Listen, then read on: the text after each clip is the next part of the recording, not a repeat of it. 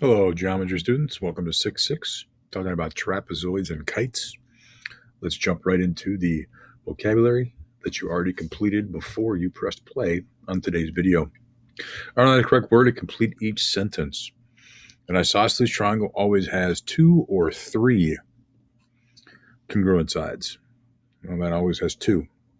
It could have 3, all right, but 2 is our answer. An equilateral triangle is always an isosceles or right triangle. Equilateral is always an isosceles because 2 of the sides are congruent, just happens to have 3. Cross out the lengths that cannot be sides of an isosceles triangle. Well, these can't because none of them are the same. All right. But if you look here, we have 8 and 8, 3.6, 3.6, here and 11 and 11. So those could be the sides of an isosceles triangle. All right, a trapezoid. Trapezoid is a shape, all right, that looks like this. Okay. Trapezoid is a quadrilateral with exactly one pair of parallel sides. So if you notice right here, the top and the bottom, or the two bases, are parallel, but the other two opposite sides are not parallel. All right, so it only has one. The parallel sides of a trapezoid are called bases. The non-parallel sides are called legs. The two angles that share a base in a trapezoid are called base angles. So there are 4 base angles. All right, so this is a base angle right here. All right, this is a base angle. This is a base angle, and this is a base angle. Cross out the figure that is not a trapezoid. All right. Well, this one right here is not a trapezoid. It doesn't have, it's not a quadrilateral in the first place. So it is not a trapezoid. Okay. But the rest of them are. The rest of them are. Circle the figure that can be divided into 2 trapezoids. Then divide each figure that you circled into the 2 trapezoids. Okay. All right. So the first one that we can divide into 2 trapezoids is this one right here. So if we divide that, okay, we can see that we have these 2 trapezoids here and here. Okay. So we'll circle that one. Is there another set or subfigure that can be cut in half to form 2 trapezoids? The answer is yes. All right. How about if I draw a line like that? Okay, so then what I have here is I have 2 trapezoids. I've got this one here and this one here. So I have the top and the bottom parallel to each other, and the 2 sides are not. Same thing here. Top and bottom are parallel, and the other two sides are not. All right, so that can also be it. So we'll go ahead and circle that one as well. All right, the other ones cannot be. Okay, theorem 619, 620, and 621 are theorems about trapezoids. So these have trapezoids have specific properties that we want to look at, and these are the theorems that talk about those properties. If a quadrilateral is an isosceles trapezoid, then each pair of base angles is congruent. All right, so we have a pair of congruent base angles, and it's going to be an isosceles trapezoid. Okay. Now, when we talk about isosceles, triangle, what do we know about the sides? All right. We know we have 2 congruent sides. Okay. So the same thing is going to happen if we have an isosceles trapezoid. We're going to have 2 congruent sides. All right. And the 2 congruent sides are going to be the non-parallel ones. All right. Those are going to be what make it isosceles. If a quadrilateral is an isosceles trapezoid, then its diagonals are congruent. All right, its diagonals will be congruent. So let's look at number 6 here. If TRAP is an isosceles trapezoid with bases segment RA and segment TP, then angle T is going to be congruent to angle what? Angle T congruent to angle P. And angle T congruent to angle P, and angle R congruent to angle A. Theorem 619. To exercise 6, to draw congruent marks on trapezoid at the right, which we just got done doing. Number 8, if ABCD is an isosceles trapezoid, then segment AC is congruent to segment BD. And you might say, where are those segments? We don't have those yet. Right, we don't have them in drawn yet. So let's go ahead and draw those in. So segment AC, that's a diagonal. And segment BD, that's our other diagonal. Okay. If ABCD is an isosceles trapezoid and AB is equal to 5 centimeters, then CD is also equal to 5 centimeters, because these will have to be congruent to each other. Those are going to be our congruent sides to make it isosceles. All right, so we go ahead and we fill that in there. So this is going to be 5. Okay, next, trapezoid mid-segment theorem. If a quadrilateral is a trapezoid, then its mid-segment is parallel to the bases. So what is a mid-segment to start out with? All right, a mid-segment, if I take the midpoint of this leg and the midpoint of this leg and connect it, all right, that segment right there, MN, is called the mid-segment. So there's a couple of things we know about the mid-segment based on this theorem right here. The first one is that it's parallel to the bases. So that means that all 3 of these are going to be parallel to each other. The other thing we know about the mid-segment of a trapezoid is that it is half the sum of the length of the bases. All right. So if I take the length of this base plus the length of this base, divide it by 2, that'll be the length of this mid-segment. So what happens when I add 2 things up and divide by 2? What am I solving for? I'm solving for the average. All right. So the mid-segment is the average of the lengths of the bases. Okay. All right. So let's go ahead and fill in what we got here. So we have segment MN. That's going to be parallel to segment RA, which is going to be parallel to segment TP. Okay, so that's the mid-segment, the base, and the base. And then we know that segment MN is equal to 1/2 of the length of RA plus the length of TP. Okay. Now, if I were you, I would put a big star around this theorem, because this theorem is one that is tested quite a bit.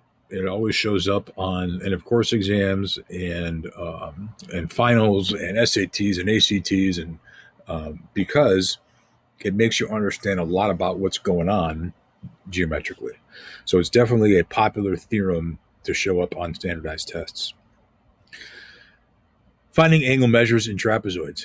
CDEF is an isosceles trapezoid, and the measure of angle C is equal to 65. What is the measure of angle D, E, and F? Okay, so first off, here we have parallels, right? So I have 2 parallel lines cut by this transversal, right? Well, I have this sideways U right there. So these 2 angles here are same side interior angles, and we know same side interior angles have to be supplementary. All right, so these 2 angles right here are going to be supplementary.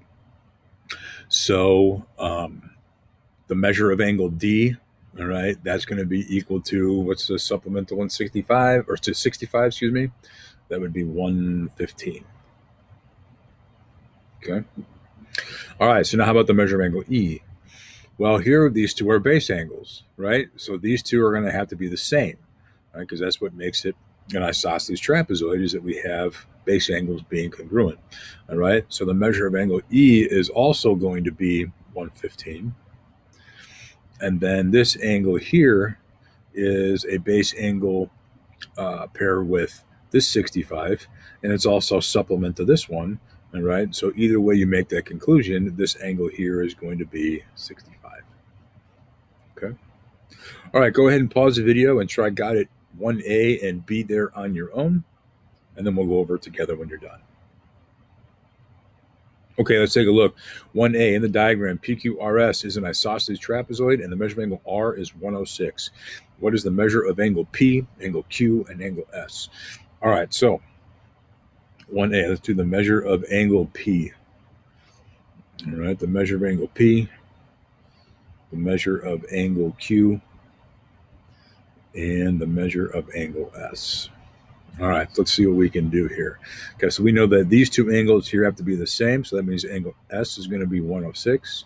We know these 2 angles here have to be the same, but we also know that these 2 and these 2 have to be supplementary.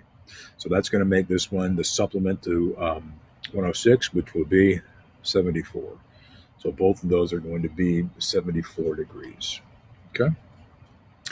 All right. Next, finding angle measures in isosceles trapezoids. The second ring of the paper fan shown at the right consists of 20 congruent isosceles trapezoids that appear to form circles. what are the measures of the base angles of these trapezoids? Okay, so we're going to try to find x and y in this trapezoid here. Find the measure of each angle at the center of the fan. This is the measure of the vertex angle of the isosceles triangle. So this is an isosceles triangle right here. All right, this triangle right there. That's an isosceles triangle. This is our vertex angle, and then these two angles here are going to have to be the same, right? This isosceles triangle. How can I figure out what this angle is? All right, well, how many angles are there in this whole circle right here, all the way around? Just count them up.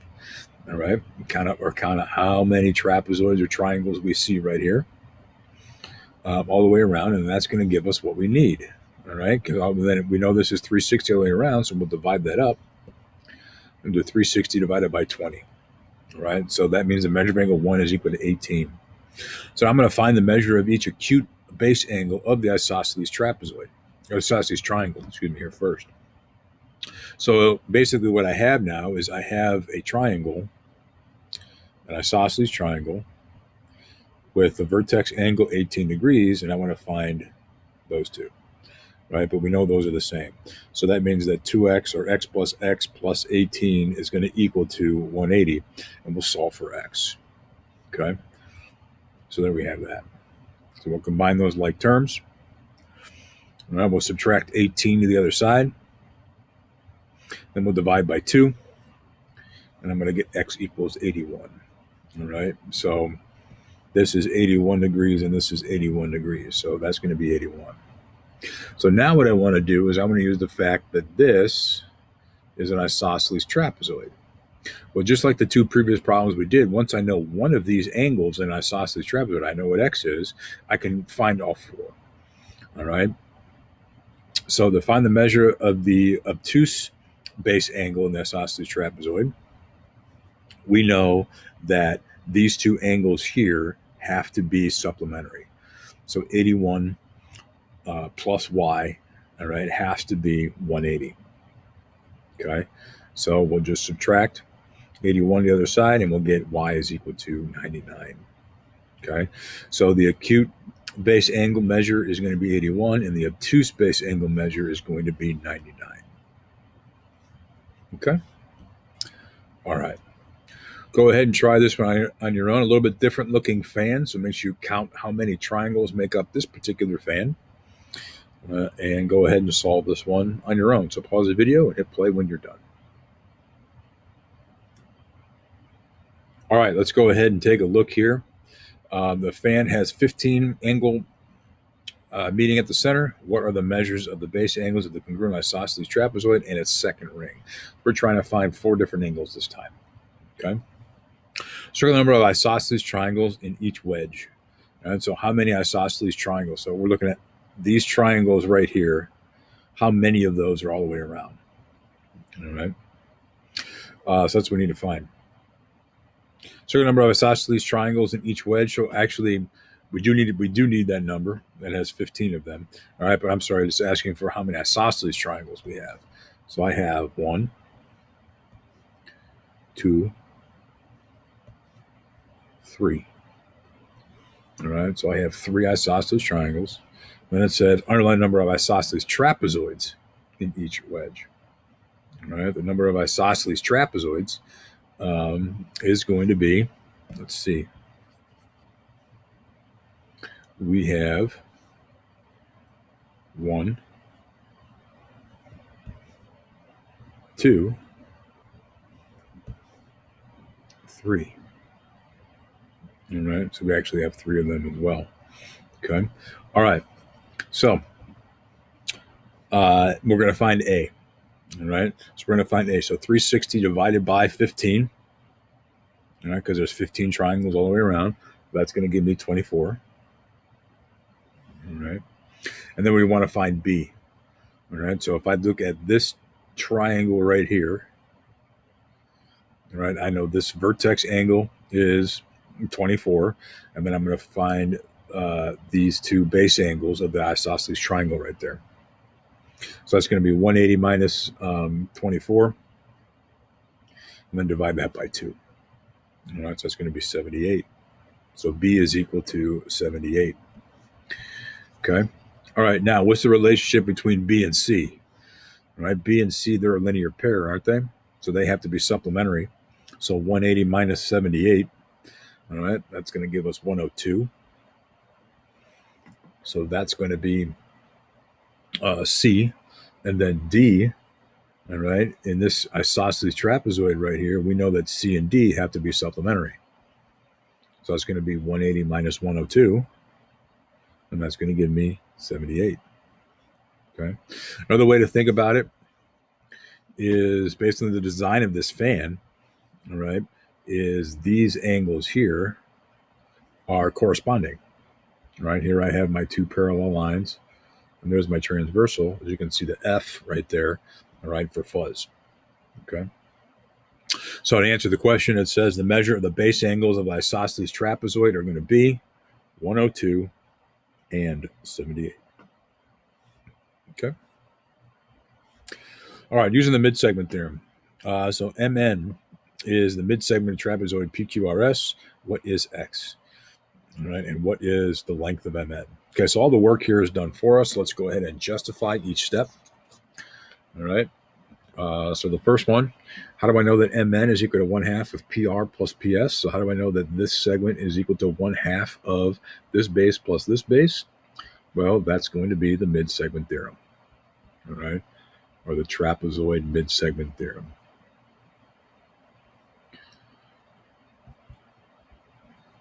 Okay, so now instead of Mn, I'm going to plug in. Now instead of QR, I'm going to plug in. Now instead of PS, I'm going to plug in. So it's going to be substitution.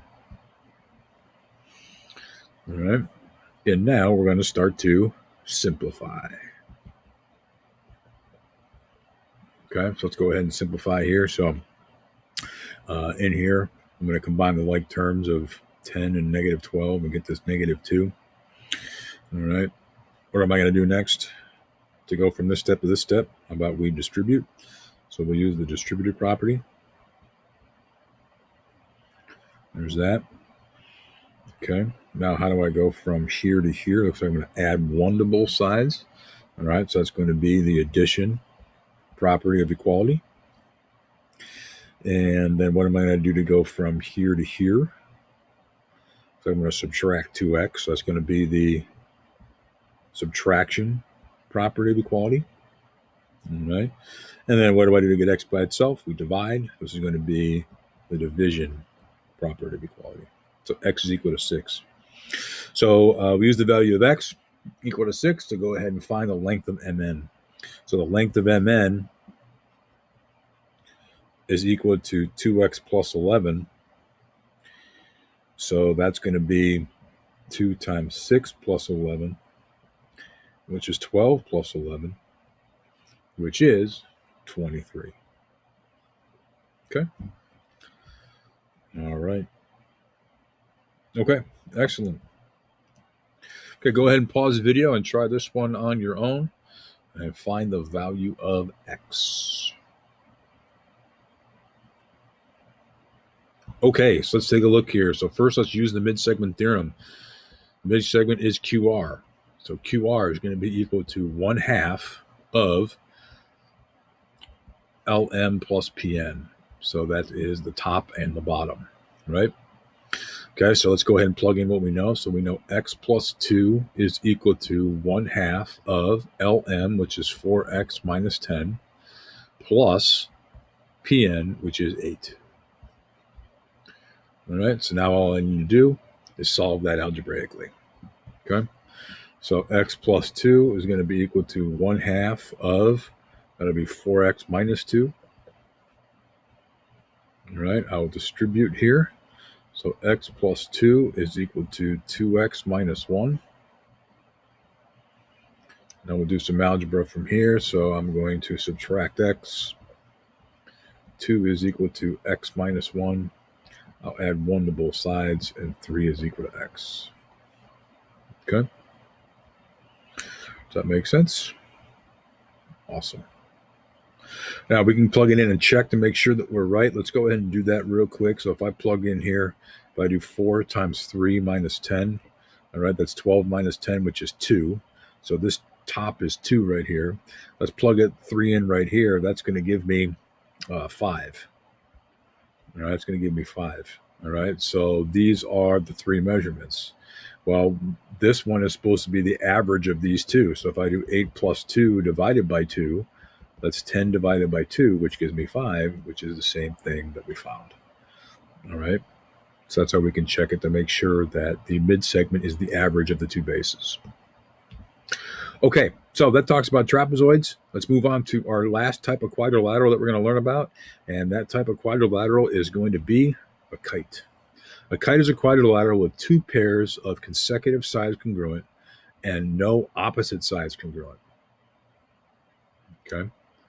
All right. So if I look at that, what I have is I have this pair of sides congruent and this pair of sides congruent, but notice that opposite sides are not. That's the definition of a kite. So that brings us to a theorem about a kite, and this theorem says if a quadrilateral is a kite, then its diagonals are perpendicular. All right, so that means that I'm going to have right angle right here.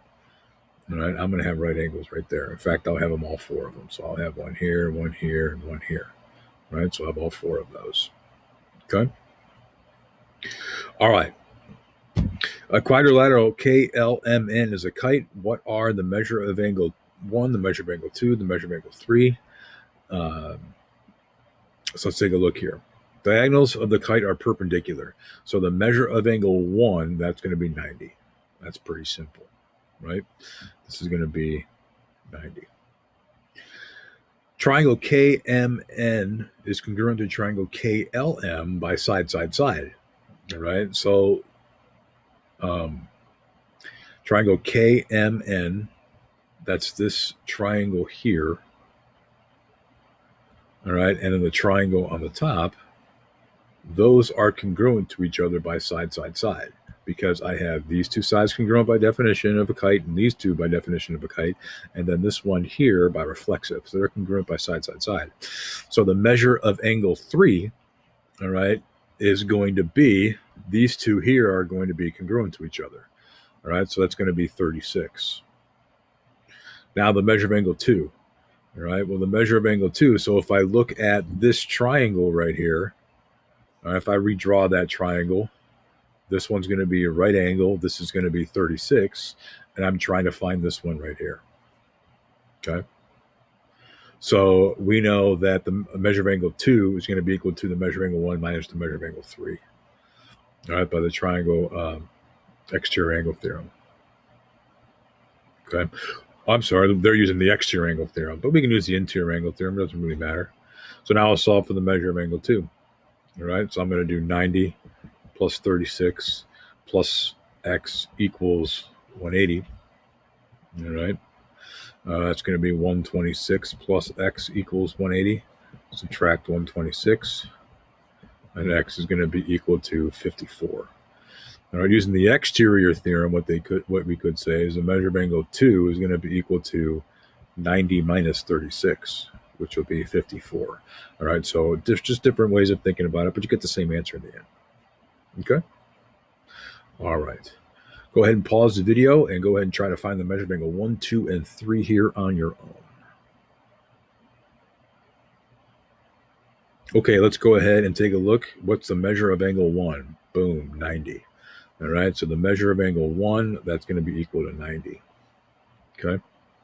Next, we need to find the measure of angle 2. All right, so if I take a look at this triangle right here, all right, in this triangle, I have one missing angle. All right, so to find the measure of angle 2, all right, I know that's going to be equal to 180 minus the 90 minus 52. All right, so that measure of angle 2 is going to be 90 minus 52, which will be 38. Okay. All right, so then what's the measure of angle 3? Well, we know that the measure of angle 3 has to be the same as the measure of angle 2, so these are going to be the same. I'm sorry, not the same. They have to be complementary. All right, so I can use that fact. So I know that the measure of angle 3 is going to be 52. The other fact that I know is that these angles here are going to be congruent. Okay. So in a kite, I'm going to know that I have two pairs of congruent angles. This diagonal right here is going to bisect these two big angles, the angles they come from. This diagonal does not. All right. This diagonal does not. So some other things that we can learn about a kite before we move on here to wrap up this section. All right. Is by definition, these two sides and these two sides are congruent, right? When I draw in the diagonal, they're both diagonals, all right? This diagonal right here is going to be perpendicularly bisected by the other diagonal. So this right here is the perpendicular bisector, all right, of this diagonal. The vertical diagonal that I have right here, as I just said, it bisects this big angle into two congruent ones and these into two congruent ones. All right. Now, we do know that these angles, these big ones here, are congruent to each other. But what we don't know, all right, is that these two parts are. So this angle is not being bisected. All right. Okay. Other things to think about is these two triangles here, this one and this one, these two yellow ones, those are going to be congruent to each other. And then these gray ones here, those are going to be congruent to each other. Okay. So lots of things about a kite based on some of those properties. Okay. All right. So our concept summary, we talked about one branch of this hierarchy already. And the branch of the hierarchy we already talked about quite a bit was this, right? We had quadrilaterals, then we had parallelograms. Okay, then we had our two special parallelograms, which is a rectangle and a rhombus, and then Mrs. Rectangle and Mr. Rhombus had a baby named Square. Okay, so we've talked about that hierarchy before. But now what we want to do is we want to look at two others. Okay, so the quadrilateral has two pairs of parallel sides, right? If it has that, we have a parallelogram. Then the other quadrilateral we can have is that if it has one pair of parallel sides. So if I have one pair of parallel sides, we had a trapezoid. All right. Now, from a trapezoid, we can have a special one called an isosceles trapezoid, and we have the two legs congruent to each other.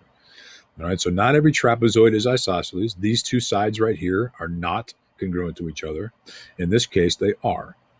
And then the other kind of quadrilateral we can have if there's no pair of parallel sides, and that's where we get a kite. Right. So if there's no pair, one pair, or two pair, that gives us these special branches of quadrilaterals. Okay. And each one of those special figures has special properties. We spent a whole bunch of time talking about this branch right here. And in this section, we learned about these two branches here. Okay. All right. Go ahead and complete the lesson check all the way through the math success. Pause it, and then we'll talk about it together when you are done. Okay, let's go ahead and take a look here and put a check or an X in the box that fits the category. So place a check in the box to describe if it fits the figure and X if it does not. A kite. Is a kite a quadrilateral? Yes, it is. And so is a rhombus. Perpendicular diagonals. A kite has perpendicular diagonals, and so does a rhombus. Each diagonal bisects a pair of opposite angles. That is a rhombus property. It only happens once in a kite. Okay, so that is not true for that one. Congruent opposite sides. All right, congruent opposite sides. Well, that happens in a rhombus. In fact, all four of them are the same. All right, but it specifically doesn't happen in a kite. You can't have opposite sides congruent in a kite. Two pairs of congruent consecutive sides. All right, well, that's true. All right, you have two pairs of congruent consecutive sides in a kite, and also in a rhombus. It just so happens that all four of them happen to be the same. Two pairs of congruent opposite angles. All right, well, that does not happen. All right, in a kite. Okay, we only have one pair in a kite, but in a rhombus, we have that happen. And then supplementary consecutive angles. Okay, well, that's going to happen in a rhombus, but not in a kite. Okay, So, how is a kite similar to a rhombus, and how is it different? Okay, well, it's similar. Is that it's a quadrilateral, all right? It's similar is that it's a quadrilateral, all right? It has perpendicular diagonals, and it has two pairs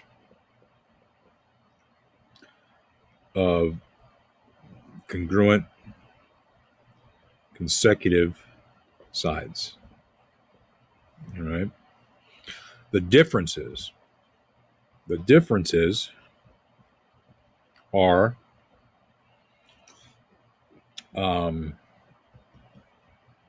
in a kite,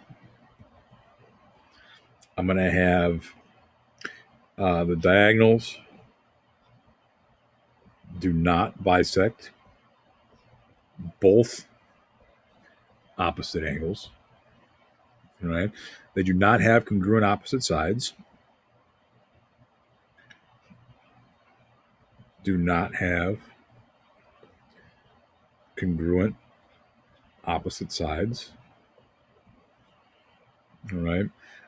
They do not have two pairs of congruent opposite angles. Do not have two pairs of congruent opposite angles. And the last one is that they do not have supplementary consecutive angles. Do not have supplementary consecutive angles. So if you think about a rhombus, all the sides are the same here, right? Okay. And these diagonals here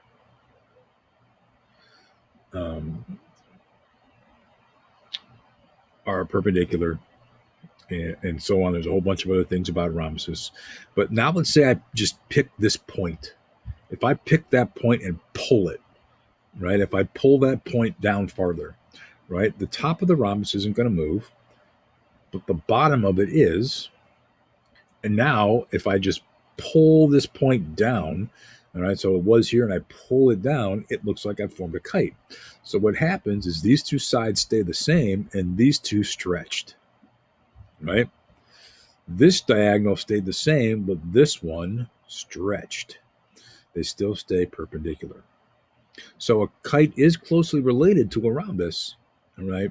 But it doesn't have all the same properties. Some of the same properties, but not all the same. Okay.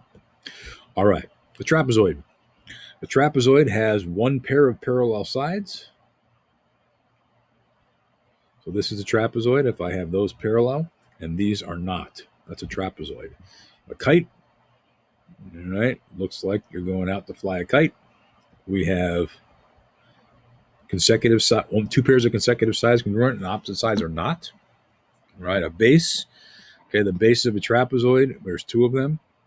Those are the parallel sides. A leg. Those are the two that are not parallel. And then a mid segment is if I would find the midpoint of this leg and the midpoint of this leg and connect them. That is the mid segment. All right. That's the mid segment. Something special to know about the mid segment, all right, is that it's parallel to the bases, all right, and it's equal to half the sum of the bases, all right, or the average length of the bases. Okay. All right. Put a dot in the line on how well you understood today's material. You are now all set to go ahead and work on the assignment for section 6.6, and I will see you next time.